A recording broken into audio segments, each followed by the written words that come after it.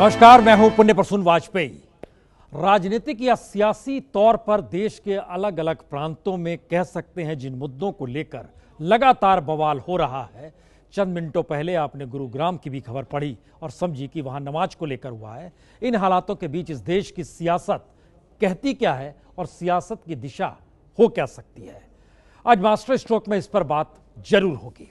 लेकिन बहरहाल पहले वो 8 चेहरे जिनके जरिए आज की खबरों पर नजर डाला जाए। 7 वादे एक जैसे, यानी पहले कांग्रेस का मैनिफेस्टो आया, अब बीजेपी का आया। स्मार्टफोन दोनों में है, नौकरी दोनों में है, महिलाओं का जिक्र दोनों में है, किसानों का जिक्र। 8-7 वादे एक सरीके हैं। कुल 16-17 ऐसे वादों में से 7 वादे मिल गए। बहरहाल हंगामा कुछ इस तरीके से बरपा कि आज फायरिंग की स्थिति आ गई अलीगढ़ मुस्लिम यूनिवर्सिटी में। पूरे शहर में इंटरनेट ठप कर दिया गया उसके बाद कि जिससे बवाल और ना बढ़े। 72 घंटे अगले खतरनाक है, यह मौसम विभाग का कहना है। जिस तरीके से आंधी तूफान है, बीते 2 दिनों में लगभग 125 लोग मरे, खतरनाक है ये। बेल्लारी में नो एंट्री, रेड्डी ब्रदर्स में एक ने आग्रह किया था कि हमें एंट्री दी जाए। अदालत ने कहा जी नहीं, आपको एंट्री भी नहीं और आप वोट भी नहीं डालने जाएंगे। जमानत मिल गई है और जमानत इस बात को मनी लॉन्ड्रिंग मामले में लेकर मिली है छगन भुजबल को। और अगला चेहरा हम देखते हैं, छगन भुजबल महाराष्ट्र के नेता। हर तीसरी ट्रेन लेट है, जरूर बताएंगे आपको। और ये पहला मौका है, लगातार इतिहास के पन्ने पलटेगा तो रेल सबसे धीमे चल रही है। वॉलमार्ट खरीदेगा फ्लिपकार्ट को और ये लगभग 75% शेयर्स वो लेने की स्थिति में आ रहा है। पासवर्ड बदल लीजिए ट्विटर का, ये ट्विटर की तरफ से कहा गया है। तकरीबन 13 करोड़ लोग को कहा गया है कि आप पासवर्ड बदल लीजिए। वो लोग नहीं बल्कि वो आंकड़ा है कि खतरा है, आप लोग अपने पासवर्ड को बदल लीजिए, कुछ बग आ गया है बहरहाल। लेकिन इन सब से हटकर हमने शुरुआत में ही जिक्र किया, आज उस सियासत का जिक्र जरूर होगा जिस सियासत के आश्रय लोग लगातार इस बात को टटोलना चाह रहे हैं। चुनाव कौन जीतता है, कैसे जीतता है और उस चुनाव जीत के इर्द गिर्द कौन सी तस्वीर बनती है। ध्यान दीजिए, 2014 से 2018 के दौर में प्रधानमंत्री मोदी लार्जर देन लाइफ बन चुके हैं। तो डुगडुगी राजनीति की, और राजनीति की डुगडुगी के तहत किस तरीके से लार्जर देन लाइफ कौन कैसे बनता है, आज शुरुआत इसी से करते हैं। पॉलिटिकल डुगडुगी है ये। प्यारे देशवासियों को भारत के प्रधान सेवक की अनेक अनेक शुभकामना। मैं आपके बीच प्रधानमंत्री के रूप में नहीं, प्रधान सेवक के रूप में उपस्थित हूं। प्रधानमंत्री नहीं, प्रधान सेवक के तौर पर जो जिम्मेदारी मोदी ने बीते 4 बरस में ली है, उसकी यह सिर्फ वानगी भर है। योजनाओं के ऐलान से लेकर चुनाव प्रचार तक का भार प्रधानमंत्री पर है। चुनाव जीतना प्राथमिकता है तो पार्टी फंडिंग के उपाय करना भी जरूरी है। तमाम उपलब्धियों के केंद्र में खुद को रखना है तो विदेश मंत्रालय भी संभाले हुए है और इकोनॉमी भी पटरी पर लाने के उपाय जारी है। शिक्षा हो या हेल्थ सर्विस या फिर किसानों की आय बढ़ाने की बात हो, भार प्रधानमंत्री पर ही है। मैं हमेशा कहता था, आतंकवाद से भी 2-2 हाथ और एक ही साथ पाकिस्तान चीन को संभालने का भी भार है। संघीय ढांचे को बनाए रखने से लेकर हर मुद्दे के केंद्र में प्रधानमंत्री ही है। समाज के इन सभी वर्गों को, यानी हर नई योजना का ऐलान भी प्रधानमंत्री को ही करना है और विपक्ष को खारिज भी प्रधानमंत्री को ही करना है। यानी बीते 4 बरस के दौर में एक ऐसी तस्वीर प्रधानमंत्री की उभरी है जिसमें बतौर प्रधान सेवक मोदी लार्जर देन लाइफ हो चुके हैं और तमाम हालातों के केंद्र में खड़े होकर जिस भार को प्रधानमंत्री उठाए हुए हैं, उसकी एक झलक कल सुप्रीम कोर्ट में तब उभरी जब कावेरी मुद्दे पर अभी तक कुछ क्यों नहीं हुआ, इसके जवाब में अटॉर्नी जनरल को कहना पड़ा प्रधानमंत्री पहले विदेश यात्रा पर थे, अब कर्नाटक चुनाव प्रचार पर हैं। तो सुप्रीम कोर्ट को कहना पड़ा इससे हमें कोई मतलब नहीं। तो क्या पीएम वाकई बीजेपी की सत्ता 2019 के बाद भी बरकरार रखने में इतने मशरूफ हो चुके हैं कि देश के भीतर तमाम नए नए मुद्दे फनकार रहे हैं और उलझन बढ़ रही हो, पर सारे समाधान चुनावी जीत पर ही जा टिके हैं या उन्हीं रास्तों पर जा टिके हैं। SC/ST एक्ट के जरिए दलितों में आक्रोश है। सुप्रीम कोर्ट की साख को लेकर बौद्धिक तबकों में गुस्सा है। सेंट्रल यूनिवर्सिटी में बेवजह के मुद्दों से छात्र परेशान हैं। किसान तक योजनाओं का लाभ नहीं तो किसान आंदोलन खड़े होने लगे हैं। बावजूद इसके अगर चुनाव ही सब कुछ है तो फिर यकीन जानिए कर्नाटक चुनाव में बीजेपी की हार सरकार की उल्टी गिनती के संकेत दे सकती है और बीजेपी की जीत कांग्रेस में राहुल के जरिए नवजीवन की संभावना को खत्म कर सकती है। यानी देश के मुद्दे गौण है, चुनावी जीत हार सबसे बड़ा मुद्दा है। तो फिर हालात हैं क्या, आइए परखते हैं।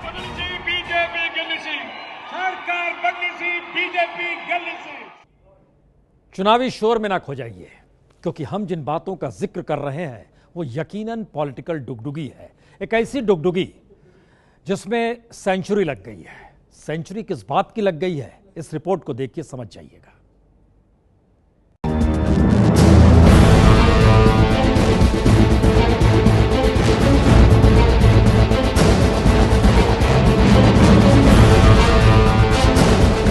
किसान बीमा योजना में जुड़ने को आगे आने को तैयार है। आज खाता खोलने के लिए कोशिश हो रही है। तो मेरा स्टार्टअप मेरे देश को आगे बढ़ा। प्रधानमंत्री उज्ज्वला योजना के तहत आयुष्मान भारत योजना, देश में गरीबी का नामो निशान नहीं रहेगा। आदर्श ग्राम योजना, मुद्रा योजना, जनधन योजना, आवास योजना, सुकन्या समृद्धि योजना, जीवन ज्योति बीमा योजना, सुरक्षा बीमा योजना, health card scheme, Deendayal Upadhyay ग्राम ज्योति योजना, नेशनल बाल स्वच्छता मिशन, नाम पढ़ते जाइए और गिनते जाइए। योजनाओं का कोई अंत नहीं। और बीते 4 बरस यानी 1438 दिनों में इन 100 योजनाओं का ऐलान प्रधानमंत्री मोदी ने विकास का ककारा पढ़ते हुए किया। बीते 4 बरस में इतनी स्कीम लॉन्च कर दी कि अगर वो सफल हो जाए तो देश का नक्शा बदल सकता है। लेकिन मोदी की पोटली में हर वर्ग के लिए कुछ न कुछ है और हर मुश्किल को आसान करने के लिए एक नजरिया भी है। और नजरिए का मैथमेटिक्स कुछ ये कहता है कि प्रधानमंत्री ने बीते 4 बरस में हर 14 दिन 3 घंटे में एक योजना लॉन्च की। और ये सिलसिला अगर 2019 के चुनाव तक जारी रहा तो योजनाओं का आंकड़ा 125 पार कर जाएगा। 2019 के पहले उन 99 बड़ी बड़ी योजनाएं परिपूर्ण करके किसान के खेत तक पानी पहुंचाने का काम हम पूर्ण कर देंगे। लेकिन यहीं से दूसरा सवाल खड़ा होता है, क्या चुनावी साल में मोदी इन स्कीमों के बोझ तले ही दब तो नहीं जाएंगे? क्योंकि हर स्कीम बहुत जोर शोर से ये कहते हुए लॉन्च की गई, इसका लक्ष्य लोगों की जिंदगी बदलना है। लेकिन बीते 4 बरस में कुछ हुआ लगता तो नहीं है। तो क्या मोदी अपनी योजनाओं के चक्रव्यूह में 2019 में खुद घिर सकते हैं, जिससे निकलने का सिर्फ एक रास्ता होगा कि यह योजनाएं जमीन पर सफल साबित हो। लेकिन सच तो यह है कि सांसद आदर्श ग्राम से लेकर स्टार्टअप इंडिया और स्मार्ट सिटी से लेकर बीमा फसल योजना तक, या कहें हर योजना कटघरे में है। प्रधानमंत्री फसल बीमा योजना क्या आपने करवाया ये दोनों फसल का?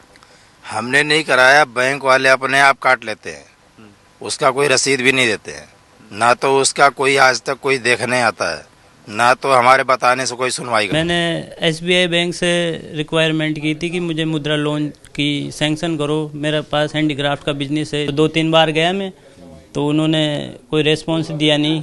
उनके मैनेजर को बोला मुद्रा लोन वाले को, तो बोला ये क्या होता है मुद्रा लोन? बिजली आती है लेकिन ना के बराबर रहती है। दरअसल हर योजना को लेकर सरकार के दावे बहुत बड़े हैं और जमीन पर दावों में उतना सच कम से कम नहीं है जिसे लेकर सरकार अपनी पीठ ठोकती है। मसलन सांसद आदर्श ग्राम योजना 88% से घटकर 19% पर आ चुका है।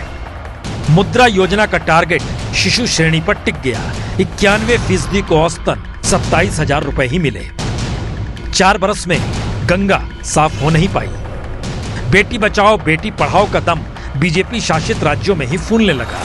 रियल एस्टेट बिल से भी बिल्डरों पर लगाम लगी नहीं। बुलेट ट्रेन के रास्ते में अपनी जमीन को लेकर किसान विरोध में है। एक भी मॉडल सिटी बना नहीं, उल्टे वाराणसी दुनिया का तीसरा सबसे प्रदूषित शहर बन गया। काला धन लौटा नहीं, खुलासे की स्कीम से महज 76,000 करोड़ खजाने में आया। सॉइल कार्ड की योजना का कार्ड ना तो हर किसान के पास पहुंचा, ना ही हर जगह लैब बन पाए। डिजिटल विलेज भी पुराने गांव के हालात में पुराने ढर्रे पर लौट आए। आधार पर बवाल जारी, ये तय नहीं इसका इस्तेमाल कितना फायदेमंद। ग्रामीण आवास योजना से घर कम मिले, घोटाले ज्यादा हो गए। कौशल विकास योजना की शिकायत ट्रेनिंग सेंटर ही करते दिखे। प्रधानमंत्री फेलोशिप स्कीम पहले बरस में फेल साबित हुई। स्टार्टअप की हालत खस्ता है। Innovation capital India startup outlook report 2018 की कहती है इस बरस स्टार्टअप के लिए फंडिंग पाना और मुश्किल होने वाला है। स्वच्छ भारत अभियान तले गाँव को ODF घोषित करने की होड़ लगी, लेकिन जमीन पर खुले में शौच जारी है। इस गांव के शौचालय की समस्या, बहुत से तो शौचालय पूरा नहीं हुआ है, अधूरा पड़ा हुआ है। जैसा कि 50-60 लोगों का ऐसा पड़ा है कि इसमें जाने योग्य नहीं है। गंगा जी को स्वास्थ्य के लिए देखिए कभी नहीं उन्होंने बोला। गंगा माँ ने बुलाया, उसके बाद गंगा जी पे कभी उन्होंने कोई वक्तव्य दिया। रेरा से शायद किसी को अब तक फायदा नहीं मिला है। रेरा ने कोई कुछ नहीं किया हमारे लिए। रेरा पता नहीं किस लिए बनाया गया था, उसका जो पूरा का पूरा मतलब था वो डाइल्यूट कर दिया सरकार ने, ऐसा लगता है। मिट्टी की सेहत की जांच होती है, सॉइल हेल्थ कार्ड बनाया आपका? नहीं बना सर। नाम सुना है आपने? नहीं सुना। आपका बना है कार्ड? नहीं बना है। आपके गांव कोई लोग करते हैं खेती? नहीं करते। दरअसल प्रधानमंत्री मोदी के लिए चुनौती यही, वो अपने वादे और दावों पर खरे कैसे उतरे। 2019 के मिशन में उनके लिए सबसे बड़ी बाधा यही होगी कि विपक्ष उनके वादे, दावों और स्कीमों के आश्रय ही उन्हें घेरेगा, दो टूक सवाल करेगा। अगर दुनिया में पेट्रोल के दाम नीचे जा रहे हैं तो हिंदुस्तान में पेट्रोल के दाम ऊपर क्यों जा रहे हैं? जाहिर है विपक्ष की अपनी रणनीति होगी, लेकिन मुद्दा तो स्कीमों का है जो सैकड़ा पार कर रहा है, जिसके आश्रय प्रधानमंत्री मोदी झटके में देश की दशा दिशा बदलने को बेताब है। पर इम्तिहान 2019 में होना है और इन स्कीमों के आश्रय प्रधानमंत्री का ही होना है। तो देखना होगा अगले एक बरस में ये स्कीमें जमीन पर कितनी सफल साबित होती है। हमने गिना 103 स्कीम बीते 4 बरस में ऐलानिया तौर पर डुगडुगी के तौर पर राजनीतिक डुगडुगी बजाई गई। वो कितनी और बढ़ेंगी कहना मुश्किल है, लेकिन आज हमने सोचा ग्राउंड जीरो पर एक किसी योजना को पकड़ा जाए और ग्राउंड जीरो पर जाया जाए। स्मार्ट सिटी या स्मार्ट गवर्नमेंट क्या होता है, पहले उसका एक छोटा सा हिस्सा देखिए।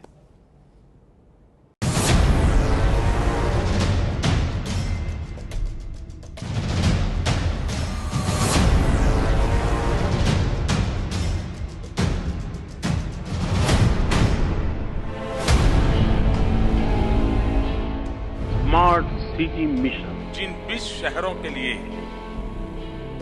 कोई न कोई काम का खाका बन चुका है, कुछ न कुछ काम आरंभ हो चुका है और बहुत से काम अभी जो वेंकैया जी गिना रहे थे उनको एक बड़ी गति मिल रही है। तो हकीकत सुन भी लिया, देख भी लिया। सपने दिखाने और सपनों को हकीकत में बदलने में अंतर कितना होता है, उसी का जीता जागता सबूत आपकी स्क्रीन पर दिख रही ये तस्वीरें हैं। स्मार्ट सिटी जो बनेगी, 3 बरस पहले प्रधानमंत्री ने देश के 100 शहरों को सपनों का शहर बनाने का ऐलान किया था। नाम दिया गया था स्मार्ट सिटी। चुने गए शहरों को 5 बरस में स्मार्ट सिटी बनाने का लक्ष्य था।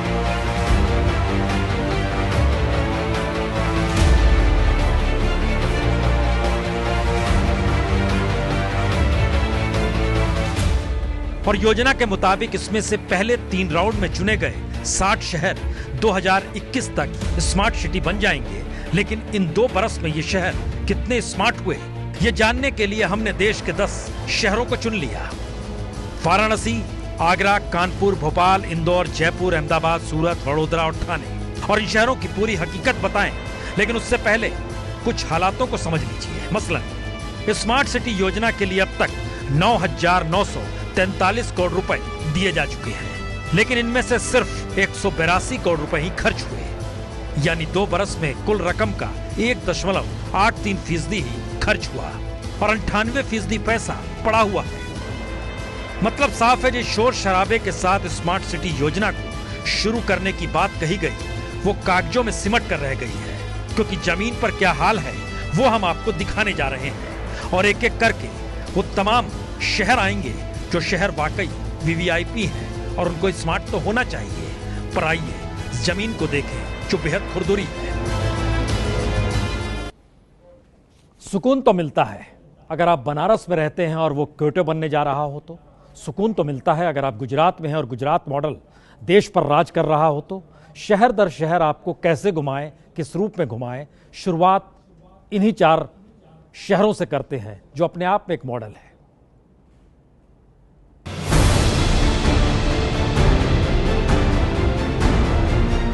तो इन 4 तस्वीरों में एक तरफ प्रधानमंत्री के संसदीय क्षेत्र वाराणसी का क्योटो मॉडल और दूसरी तरफ गुजरात मॉडल, जिसका डंका पीटकर मोदी गुजरात से दिल्ली पहुंच गए। तो स्मार्ट सिटी की पड़ताल की शुरुआत प्रधानमंत्री के संसदीय क्षेत्र वाराणसी से ही करते हैं।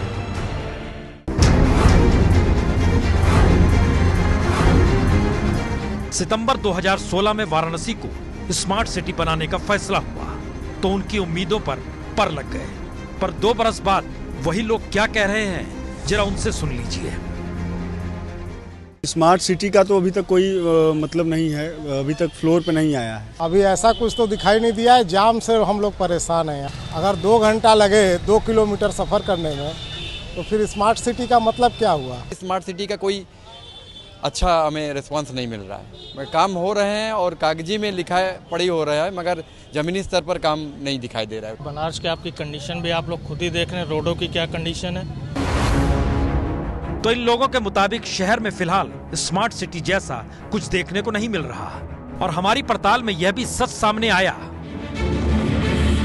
कि स्मार्ट सिटी योजना के तहत वाराणसी के 8 चौराहों और 25 किलोमीटर सड़क का नवीनीकरण होना था, पर अभी तक इसके लिए सिर्फ टेंडर ही जारी हो पाए। फिर लगभग 12 करोड़ की लागत से गदौलिया इलाके में मल्टी लेवल पार्किंग बननी थी, अभी इसका टेंडर खुला तक नहीं है। 11 करोड़ की लागत से घाटों का सौंदर्यीकरण होना था, इसका भी टेंडर हुआ नहीं है। 6 करोड़ की लागत से मचौधरी, शास्त्री, रविंद्रपुरी और गुलाबबाग पार्क का सौंदर्यीकरण होना था, पर अभी तक सिर्फ कुछ लाइटें बदली गई हैं। लगभग 1.25 करोड़ रुपए इस पार्क के सौंदर्यीकरण के लिए दिए गए हैं, जिसमें फेंसिंग होना है, लाइटिंग होनी है, इसके अलावा इसमें सौंदर्यीकरण किया जाना है। लेकिन अभी तक यहाँ पर सिर्फ बोरिंग का काम चल रहा है। जो दीवारें हैं उनको तोड़ दी गई है, अब दीवारों को एक नए सिरे से बनाया जाएगा। मियाद रखी गई है 31 दिसंबर तक सारे कामों को पूरा कर लेने की। उसमें थोड़ा संदेह दिखता है कि काम अगर इतना धीमा चल रहा है तो 31 दिसंबर तक यानी इस साल के अंत तक ये काम कैसे पूरा हो पाएंगे। तो ये है उस वाराणसी की हकीकत, जहां के काम पर सीधे केंद्रीय मंत्रियों की नजर रहती है और बाकायदा एक छोटा सा पीएमओ दफ्तर बनारस में खोला भी गया। पर स्मार्ट सिटी के नाम पर वाराणसी को अब तक मिले 216 करोड़ में से सिर्फ 1.5 से 2 करोड़ रुपए ही खर्च हुए हैं।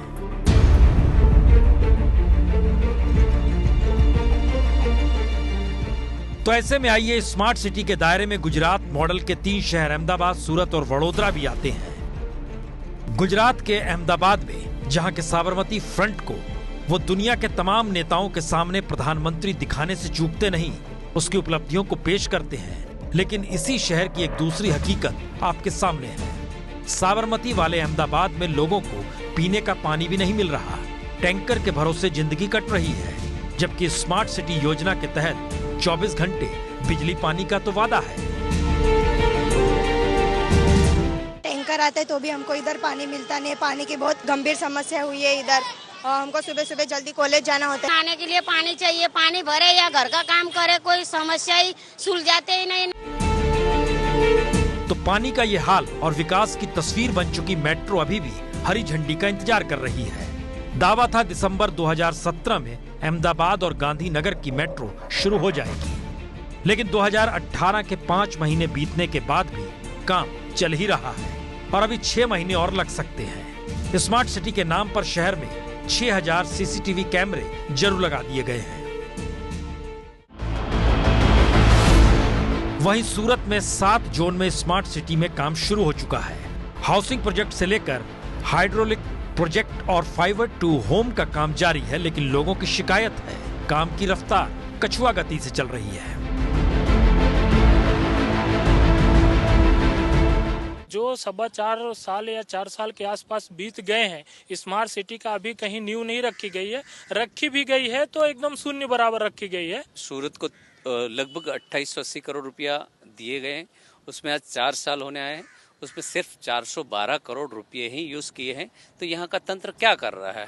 वादा किया है 10 शहर घुमाएंगे, 4 शहर हो गए, लेकिन 6 शहर के लिए थोड़ा रुक जाइए, क्योंकि जब किसी राज्य का मुखिया ही राज्य में जो परेशानी है उसे छोड़कर निकल जाए, तब आप क्या कहेंगे? ठीक पकड़ रहे हैं, जिक्र योगी का है। यूपी छोड़कर कर्नाटक। हेलीकॉप्टर में सवार योगी यूपी छोड़ कर्नाटक जा पहुंचे हैं और पीछे छोड़े जा रहे हैं यूपी का वो दर्द जिसे यूपी के नागरिक भोग रहे हैं। बलात्कार, उत्पीड़न, अपहरण, इनकाउंटर की फिक्सिंग, जिन्ना को लेकर लहूलुहान होता अलीगढ़ मुस्लिम यूनिवर्सिटी, तूफान से हुई मौत से परेशान परिजन, हेल्थ सर्विस चौपट होना, शिक्षा की बदहाली, दलितों के घर जाने के नाम पर मजाक। पर योगी का ध्यान यूपी के मुद्दों की तरफ नहीं, कर्नाटक की तरफ है।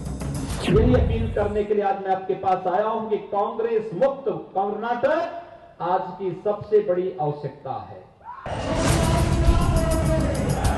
और कर्नाटक में कमल खिलाने के लिए योगी सिद्धारमैया के गढ़ में है और उनकी जुबान, शब्द दोनों तल्ख हो चले हैं।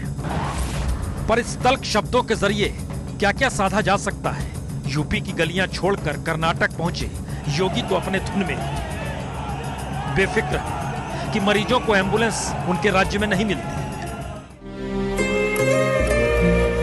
ठेले में खींचकर पत्नी को अस्पताल ले जाने की यह तस्वीर कन्नौज की है, जो यूपी की चरमराती स्वास्थ्य व्यवस्था की पोल खोलती है। सदर कोतवाली के हैबतपुर कटरा गांव के इस शख्स की पत्नी गंभीर रूप से बीमार थी, लेकिन सरकारी एम्बुलेंस ने मरीज को लाने से इनकार कर दिया।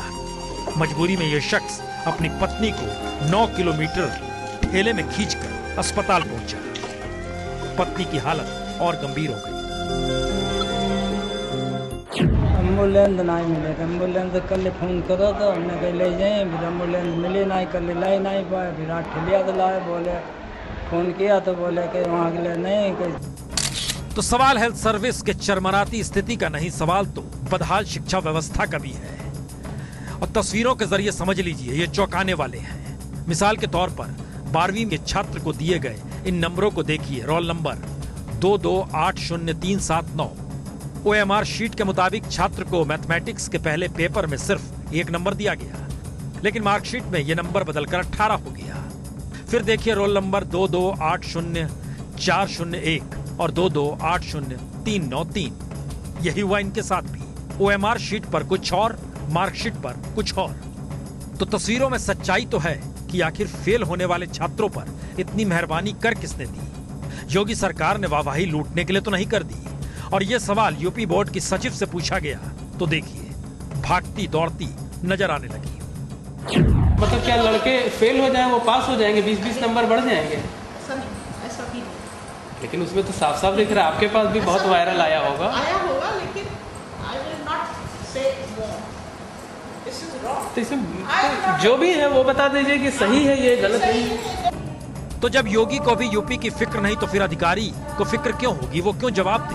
और योगी के दौर में 1 अप्रैल 2017 से 31 जनवरी 2018 तक के बीच बलात्कार, अपहरण और महिला उत्पीड़न के मामले कितने हो गए, ये आपकी स्क्रीन पर है।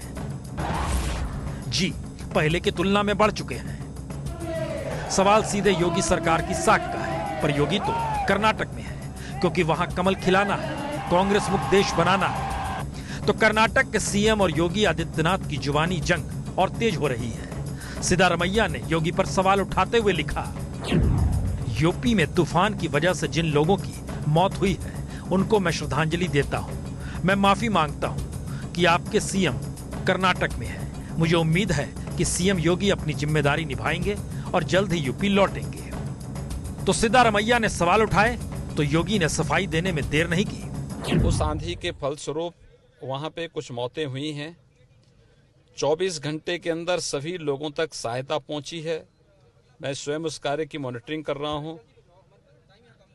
कर्नाटक चुनाव में पहले से मेरे कार्यक्रम लगे हैं। आज रात्रि को पुनः मैं उत्तर प्रदेश जा रहा हूं और कल सभी प्रभावित क्षेत्रों का दौरा मुझे करना भी है। तो योगी ने लखनऊ से मॉनिटरिंग जो यूपी की वो हर किसी ने देख ली। अब कर्नाटक से योगी यूपी की मॉनिटरिंग कर रहे हैं तो उसे भी देखिए। हमारे संवाददाता ने कुछ देर पहले जानकारी दी कि कर्नाटक से आगरा के लिए हवाई उड़ान भर चुके हैं और आज रात तक पहुंच जाएंगे योगी दोबारा उत्तर प्रदेश की जमीन पर।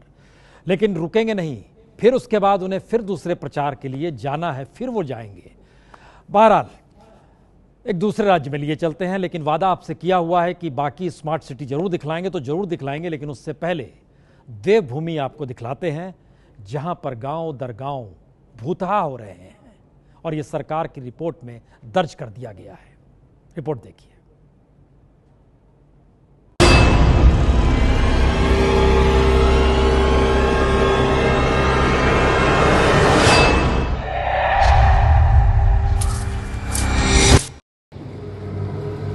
उत्तराखंड के जो गांव कल तक आबाद थे वो आज बदहाल हैं। इन घरों के आंगन में कभी बच्चों की किलकारी गूंजा करती थी, लेकिन अब डरावना सन्नाटा पसरा हुआ है।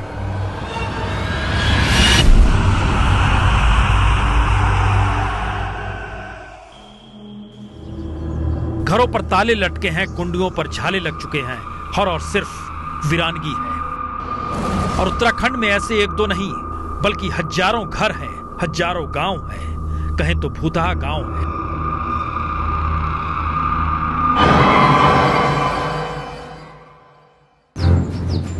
सही सुना आपने, प्रकृति की गोद में बसे उत्तराखंड में ऐसे 1000 से ज्यादा गांव हैं जहां कोई नहीं बसता। इसीलिए अब इन गांव को भूतहा गांव कहते हैं। और उत्तराखंड सरकार की पलायन रिपोर्ट कहती है सबसे बड़ा कारण पलायन है। उत्तराखंड सरकार ने बीते बरस 17 सितंबर को पलायन आयोग का गठन किया, जो अब जाकर सार्वजनिक हुई है। लेकिन रिपोर्ट में पलायन को बेहद गंभीर माना गया है और पलायन कम नहीं हो रहा, लगातार बढ़ रहा है। हालात यह है कि 2011 में 1034 गांव ऐसे थे जहां कोई इंसान नहीं रहता था और आज की तारीख यानी 2018 में 1734 गांव ऐसे हैं जहां कोई नहीं रहता, इंसान बिल्कुल नहीं। और 405 गांव ऐसे जहां 10 से भी कम लोग बचे हैं। राज्य के सभी 13 जिलों में 3,36,000 घरों में कोई नहीं रहता। अकेले पौड़ी जिले में 38,764 घर खाली पड़े हैं। तो 1048 गांव खाली हैं, उनमें से 300 गांव पौड़ी में ही हैं। हर एक के जो एक एस्पिरेशन होता है कि मैं अच्छी जिंदगी जीऊं, मेरे बच्चे अच्छे स्कूलों में पढ़ें, अच्छी शिक्षा प्राप्त करें, अच्छी लाइफस्टाइल जिएं, उस चाह में लोग गांव को छोड़ के शहरों की तरफ आते हैं। और पलायन के पीछे की सच्चाई यह है कि उत्तराखंड सरकार अपने नौजवानों को रोजगार नहीं दे पाती, फेल हो चली है। हालांकि रोजगार के नाम पर बड़े बड़े प्रोजेक्ट आ गए, लेकिन कामयाब कोई नहीं होता। चमोली जिले में मौजूद विष्णु घाट जल विद्युत परियोजना भी उत्तराखंड के तमाम बड़े प्रोजेक्टों में से एक है। 1 साल तक बनकर तैयार हो जाना चाहिए, लेकिन प्रोजेक्ट लेने वाली TSDC कंपनी ने आर्थिक तंगी का हवाला दिया, प्रोजेक्ट को 3 बरस के लिए और बढ़ा दिया। परियोजना जैसाल, नोरक, गुमियाला, बटूला जैसे 16 गांव प्रभावित हुए, जिसमें हाट गांव के 133 परिवारों को विस्थापित किया गया। प्रभावित गांव के लोगों को शुरुआत में नौकरी भी दी गई, लेकिन कंपनी ने पैसा न होने की वजह बताकर बाद में वेतन तक रोक लिया। और जिस विद्युत परियोजना की लागत 2,491 करोड़ थी, अब वो बढ़कर 3,789 करोड़ हो चुकी है। मतलब प्रोजेक्ट रुकने से सरकारी खजाने पर हजारों करोड़ का भार तो पड़ा, लोगों की आजीविका पर भी संकट आया और फिर पलायन का सिलसिला। निश्चित रूप में हमारे यहाँ गोस्ट विलेजेस हो गए हैं। उसी को देखते हुए, उसकी चिंता करते हुए द्वापर युग की 4 धाम यात्रा, उसका हम प्रचार प्रसार करें, उससे ये गोस्ट विलेजेस जो हैं ये फिर से जीवंत हो जाएंगे और पलायन रुकेगा। तो मंत्री जो भी कहे, आस्था के भरोसे रोजगार की राह दिखा रहे हैं, लेकिन आंकड़े कहते हैं उत्तराखंड का नौजवान पलायन की राह पर तेजी से दौड़ रहा है। अनुमान यह है कि हर बरस 30,000 युवा पलायन करते हैं और पलायन करने वालों में 48% नौकरी न मिलने की वजह से मैदानों का रुख करते हैं और पलायन करने वालों में से 17% कभी लौट कर नहीं देखते। तो उत्तराखंड की ज्यादातर आबादी प्रकृति के भरोसे पर टिकी है, जिसे पर्यटन कहते हैं। पर्यटन 2 वक्त की रोटी दे दे और राज्य में उद्योग और नौकरियां दोनों ही नहीं है, जिस पर किसी सरकार ने कोई काम नहीं किया। हालांकि हर चुनाव से पहले वादा हर किसी ने किया, तो फिर जनता पलायन कर रही है। आज एक फिल्म रिलीज हुई है 102 नॉट आउट। 102 बरस के बुजुर्ग की कहानी। Not out. हमने सोचा आज ब्रेक नहीं लेते हैं, नॉट आउट हम भी रहते हैं, तो आपको लिए चलते हैं अब 6 बचे हुए स्मार्ट सिटी दिखाने के लिए।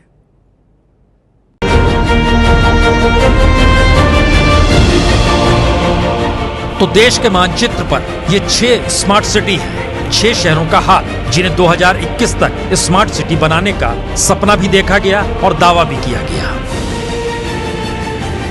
और इस दावे की पड़ताल के लिए हम पहुंचे यूपी के कानपुर, जो अब दुनिया का सबसे प्रदूषित शहर बन चुका है। अभी तक धरातल में तो कोई ऐसी चीज नहीं दिख रही है कि जिससे कि हम ये कह सके कि स्मार्ट सिटी के लिए कोई काम हो रहा है या शुरू हुआ है। सिर्फ बयानबाजियां होती रही और यहाँ पर बुनियादी ढांचा बेहद कमजोर है। स्मार्ट सिटी के नाम पर कानपुर में कूड़े के प्रबंधन, पार्किंग की व्यवस्था और ट्रैफिक मैनेजमेंट से जुड़े जो काम होने थे वो अभी शुरू भी नहीं हुए हैं। कानपुर शहर को दूसरे चरण में स्मार्ट सिटी योजना में जोड़ा गया था, लेकिन अभी तक धरातल पर कोई काम नहीं दिखाई पड़ रहा है। ये सरसैया घाट है जहां पर मॉडर्न कूड़ाघर बनाया जाना था। इस तरीके से 6 कूड़ाघर पूरे कानपुर शहर में बनाए जाने थे, लेकिन अभी तक किसी की शुरुआत भी नहीं हो पाई। जो अधिकारी हैं उनका कहना है इसका टेंडर कर दिया गया है, लेकिन अभी तक कोई काम यहाँ पर शुरू नहीं हो पाया। और बीते 2 बरस में मिले 220 करोड़ रुपए के बजट में से सिर्फ 4 करोड़ रुपए ही खर्च हुए हैं। और कुछ ऐसा ही हाल यूपी के आगरा शहर का है, जिसे 214 करोड़ रुपए मिले, पर अब तक एक भी प्रोजेक्ट पूरा नहीं हुआ। स्मार्ट सिटी की तीसरी लिस्ट में आगरा का नाम आने के बाद आगरा के लोगों के मन में आस जगी थी कि उन्हें गंदगी और अव्यवस्था से राहत मिलेगी। आज 2 साल बीत गए हैं और ये आगरा के यमुना का तट है। आप देख सकते हैं किस तरह यमुना के तट पर गंदगी फैली है। कुछ नहीं हुआ, सब सारा गंदगी पड़ी हुई है और ना नालियां हैं ना रोड है, कुछ नहीं। 2 सालों में कोई नया काम कुछ नहीं। सफाई का क्या इंतजाम? कुछ नहीं हुआ। बिजली के खंभे का क्या इंतजाम? कुछ नहीं। और कुछ ऐसी ही हालत मध्य प्रदेश के भोपाल और इंदौर की भी है। मध्य प्रदेश की राजधानी भोपाल के लोगों का कहना है स्मार्ट सिटी के नाम पर पुरानी इमारतों का सौंदर्यीकरण हो रहा है।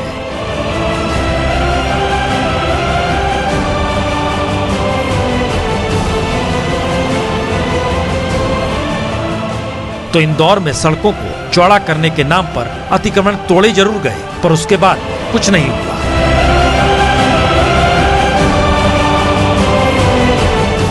अभी तो कुछ नहीं बनता दिख रहा है, टूटता ही दिख रहा है सब। अभी तक तो फिलहाल सब गड्ढे ही गड्ढे और मकान टूटे हुए दिख रहा है मुझे, बाकी कुछ नहीं है। हमारे लिए स्मार्ट सिटी अगर बन रही है तो हमें क्या मिल रहा है? यदि हमें नहीं मिल रहा तो फिर स्मार्ट सिटी किसके लिए बन रही है? तो जयपुर में स्मार्ट सिटी योजना के तहत पुराने इलाके यानी 4 दीवारी के 9 प्रमुख बाजारों में सड़कों, फुटपाथ, दुकान और इमारतों के रंग रोगन का काम अगले बरस पूरा करने का लक्ष्य है, लेकिन अब तक सिर्फ एक ही बाजार में काम शुरू हुआ है। अगर बाजारों के सौंदर्यन की बात की जाए तो अक्टूबर 2019 तक इन बाजारों का सौंदर्यन का काम पूरा होना है, लेकिन बजाय इसके स्मार्ट सिटी में छोटे छोटे प्रोजेक्ट्स को ही पूरा किया जा रहा है। काम की रफ्तार को देखते हुए लगता नहीं कि ये काम तय सीमा में हो पाएगा। और जयपुर में कुल 60 प्रोजेक्ट पर काम होना है, पर अब तक 9 का ही काम हुआ है। और बजट की बात करें तो 600 करोड़ रुपए मिल चुके हैं, पर खर्च सिर्फ 67 करोड़ रुपए हुए हैं। यानी यहाँ भी स्मार्ट सिटी जमीन पर कम, कागजों में ज्यादा है। और ये तस्वीर महाराष्ट्र के ठाणे की। मुंबई से सटा है ठाणे। स्मार्ट सिटी प्रोजेक्ट के तहत शहर के इस चौराहे का सौंदर्यीकरण होना है, क्योंकि इसी चौराहे से ठाणे के सभी मुख्य रास्ते निकलते हैं, पर काम यहाँ कुछ भी नहीं हुआ है। दरअसल 3 हाथ नाका जो ठाणे का है, वहां पर जो फुटपाथ हैं उसकी क्या हालत है आप देख सकते हैं कि यहाँ पर सब कुछ टूटा फूटा हुआ है। स्मार्ट सिटी के तहत जो ये स्थान है, इसको मेन जगह दी गई है कि ठाणे शहर का जब विकास होगा, जब स्मार्ट सिटी बनाया जाएगा तो यहाँ पर डेवलपमेंट किया जाएगा, लेकिन यहाँ पर सब कुछ आपको टूटा फूटा दिख रहा होगा। देखो ठाणे स्टेशन की हालत ये है कि ये रिक्शा टैक्सी का इतना ट्रैफिक है यहाँ। स्मार्ट सिटी बनाने के पहला ये प्रॉब्लम करना मांगता है कि ट्रैफिक क्लियर होना मांगता है पूरा। सरकार की तरफ से जो दावा किया जाता है कि स्मार्ट सिटी पे काम हो रहा है, वो दावा थाना शहर के लिए लागू नहीं है। तो ग्राउंड रियलिटी में स्मार्ट सिटी का कुछ भी काम नहीं है। फिजिकल इंफ्रास्ट्रक्चर है जैसे कि क्लस्टर डेवलपमेंट, वो तो मेरे ख्याल से 10-15 साल तक चलेगा। जी, यही है पॉलिटिकल डुगडुगी, इसीलिए हमने लिखा पॉलिटिकल डुगडुगी। इसका अंत क्या होता है, जरा इस रिपोर्ट में देखिए। पेट्रोल का दाम है वो कम क्यों नहीं हो रहा है? लाखों करोड़ रुपए बचा रहे हो और अपने 5-10 मित्रों को दे रहे हो, क्यों नहीं ये पैसा आप हिंदुस्तान की गरीब जनता को दो। कांग्रेस अगर झूठ नहीं फैलाएगी तो उनकी गाड़ी कैसे चलेगी, और उसके कारण वो अपनी विश्वसनीयता तो खो ही रहे हैं।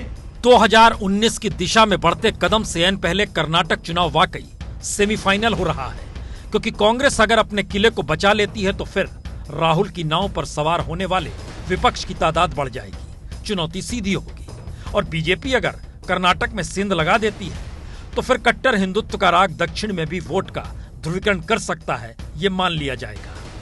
दरअसल कर्नाटक चुनाव जीत हार से ज्यादा 2019 की जमीन को तैयार कर रहा है, क्योंकि ये बीजेपी के उस हिंदुत्व मॉडल का ऐसे टेस्ट है जिसमें बीजेपी के पारंपरिक वोट बैंक छितराए नहीं। यानी एक वक्त मंडल कमीशन ने कांग्रेस के पारंपरिक वोट बैंक को ही बांट दिया, उसी तरह बीजेपी के सामने हिंदू वोट बैंक के बंटने का संकट अब मंडरा रहा है। यानी सवाल सिर्फ यह नहीं कि कर्नाटक में लिंगायत बीजेपी को वोट देता है या नहीं, सवाल यह है कि पहली बार बीजेपी को हिंदू पार्टी मानकर बीजेपी के साथ जुड़े दलित सांसद भी बीजेपी के दलित प्रेम को खारिज कर रहे हैं।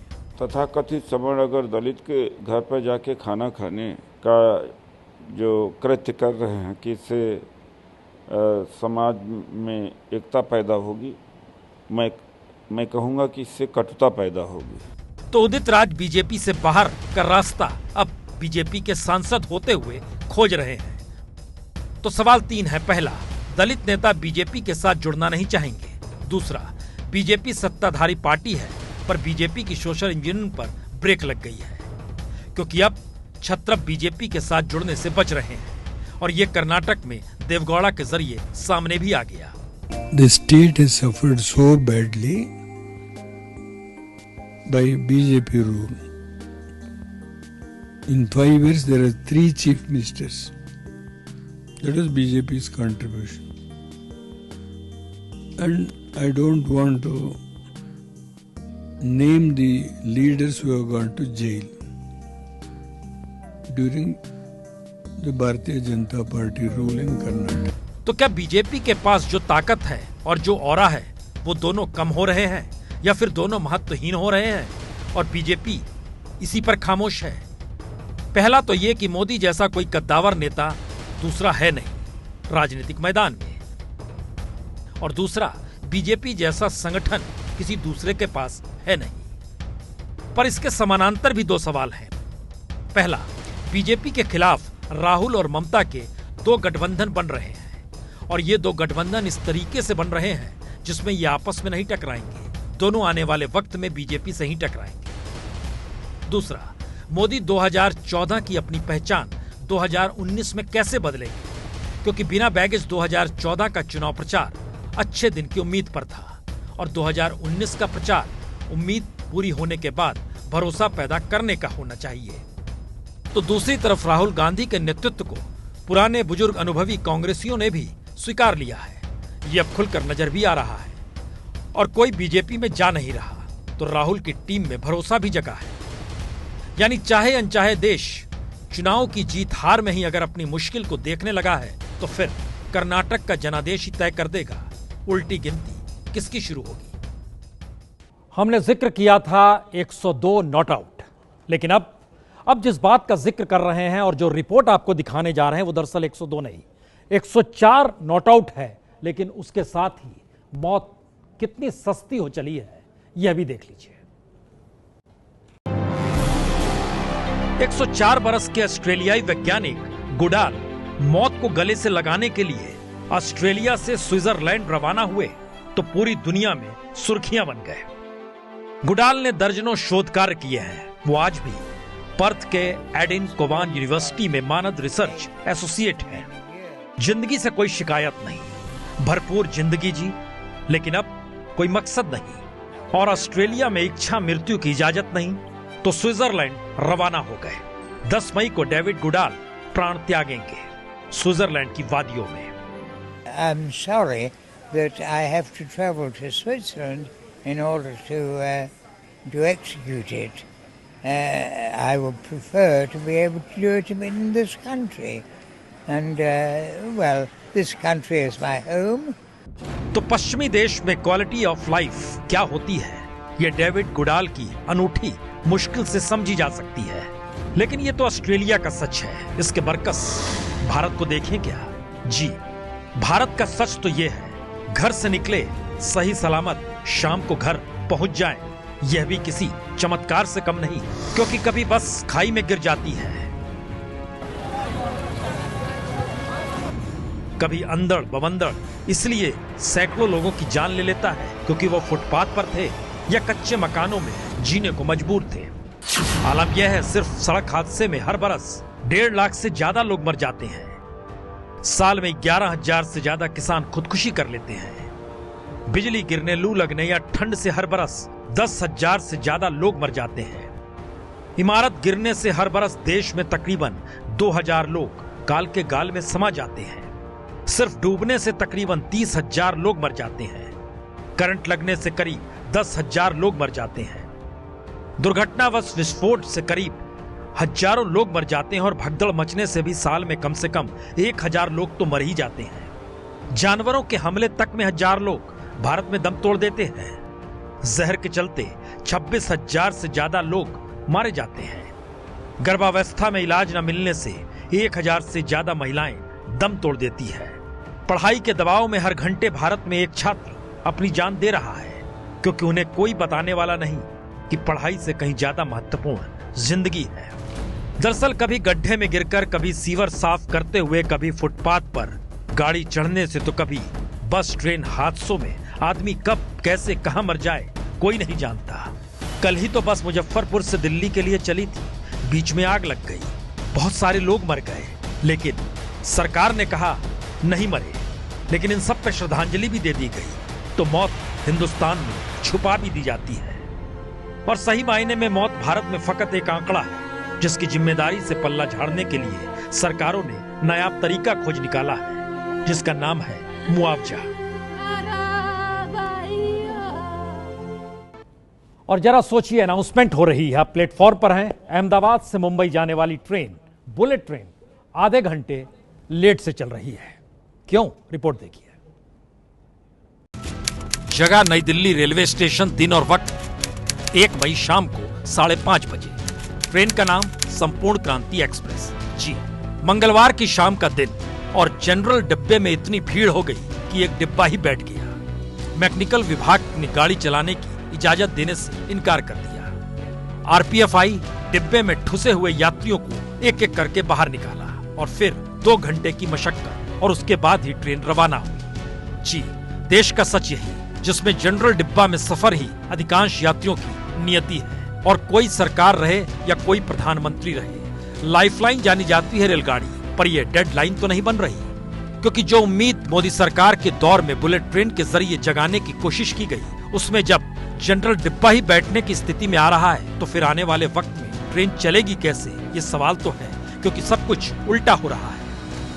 मैं दरभंगा से आया था, कल पवन एक्सप्रेस से आया था, वो भी 8 घंटे लेट थी, और आज मुझे पकड़ना था सुबह में स्वतंत्रता सेनानी एक्सप्रेस, जो कि 13 घंटे लेट। काशी विश्वनाथ एक्सप्रेस से जाना है, हम यहाँ कई घंटे हो गए अभी आके यहाँ बैठे हैं। सबसे मेन बात यह है, ट्रेन तो बोले कि 1.25 घंटा लेट है, 1.25 घंटा से अभी बोलते हैं 2 घंटा। और आधिकारिक आंकड़े कह रहे हैं, विलंब से चलने वाले मामले में ट्रेन का हाल बीते 3 बरस में सबसे बुरा हो चला है। 30% से ज्यादा ट्रेन लेट से चल रही है। सरकार का दावा है मेंटेनेंस का काम चल रहा है, इसीलिए ट्रेन लेट से चल रही है, लेकिन ट्रेन में सफर करने वाला हर यात्री जानता है, भारत में ट्रेनों का वक्त पर चलना किसी चमत्कार से कम नहीं। लेकिन अगला सवाल फिर यही कि अगर बुलेट ट्रेन भी लेट हो जाएगी तब क्या होगा? जी, हंसिए मत, मौजूदा वक्त में रेलगाड़ी में सफर करके देख लीजिए, महसूस लीजिए। जब देवगौड़ा प्रधानमंत्री हुआ करते थे, अब मोदी हैं, 22 बरस हो गए, और 22 बरस से अगर इस देश में एक शहीद की पत्नी को 2 बीघा जमीन की लड़ाई लड़नी पड़ रही है, तो क्या कहेंगे? हमारे पति जी 96 में देश के लिए शहीद भए हैं, उनके लिए हमको कुछ नहीं मिला है। कैसे हम बच्चे को जियाए, कुछ भी नहीं मिला।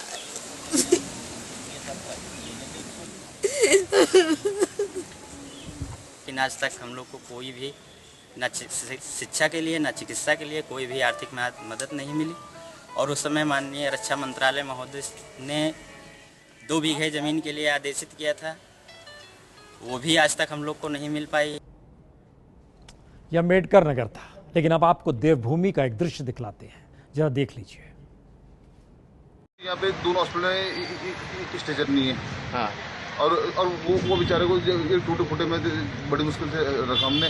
तो खुद की गाड़ी वहाँ फंस गई थी, मेरी जाम में फंस गई थी। हाँ। और गाड़ी भगा दी थी एम्बुलेंस हमारी। अगर 1-2 गाड़ी खड़ी करने के लिए मिल जाए हमें। हाँ। ये बताइए कितनी देर तक परेशान रहा वो बॉडी को लेकर के? वो कम से कम 45 मिनट के आसपास। कल 11:30 बजे की बात है। एक पेशेंट आया था इमरजेंसी में, जिसकी इलाज के दौरान डेथ हो गई थी। तो उसके पास पैसे ना होने के कारण उसने इमरजेंसी से अपने भाई की बॉडी कंधे पे उठाई और वो जाने लगा। जब हमने उसे देखा तो हमने उसे रोके, उसके जो संभव मदद हो पाई हमने उसे करवाया और उसके पैसे इकट्ठा करा के हमने उसको धामपुर भिजवाया। ये है ABP न्यूज़, आपको रखे आगे।